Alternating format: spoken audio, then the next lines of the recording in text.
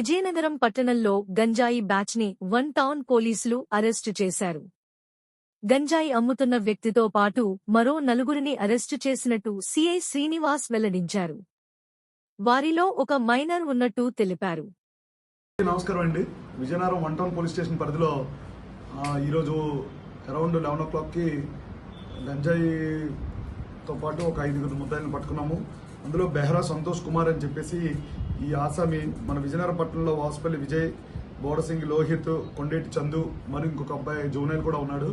వీళ్ళ నలుగురికి కూడా గంజాయి అమ్ముతున్నప్పుడు రెడ్ హ్యాండెడ్గా పట్టుకున్నాము.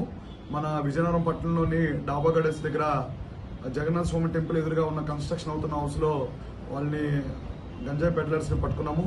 వాళ్ళ దగ్గర నుంచి 2 kg 250 grams 2 kg 250 grams ganja and దాంతోపాటు ఒక 950 rupees క్యాష్ కూడా సీజ్ చేసాము. వాళ్ళందరి మీద కేసు నమోదు చేసి ఇప్పుడు కోర్టులో ప్రొడ్యూస్ చేస్తున్నాము. వీళ్ళ మీద అందులో ఈ 5గురిలోని ఒక జూనైల్ మీద కూడా భోగపురంలో ఒక పాత కేసు ఉంది.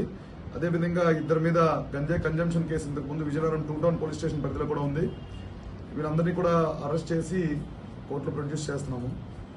వీళ్ళకి ఎక్కడ సప్లై అవుతుంది గంజాయి? ఇతను ఇప్పుడు ఇందులో A1 ఎవరైతే బెహ్రా సంతోష్ కుమార్ అలియాస్ సంతోష్ అన్న అతను రాయగఢ నుంచి తీసుకొచ్చి అమ్ముతున్నాడు. ఇది ఒరిస్సాలోని రాయగఢ నుంచి తీసుకొచ్చి అమ్ముతున్నాడు. అమ్ముతున్నప్పుడు రెడ్ హ్యాండెడ్గా పెట్టుకున్నాం. Thank you.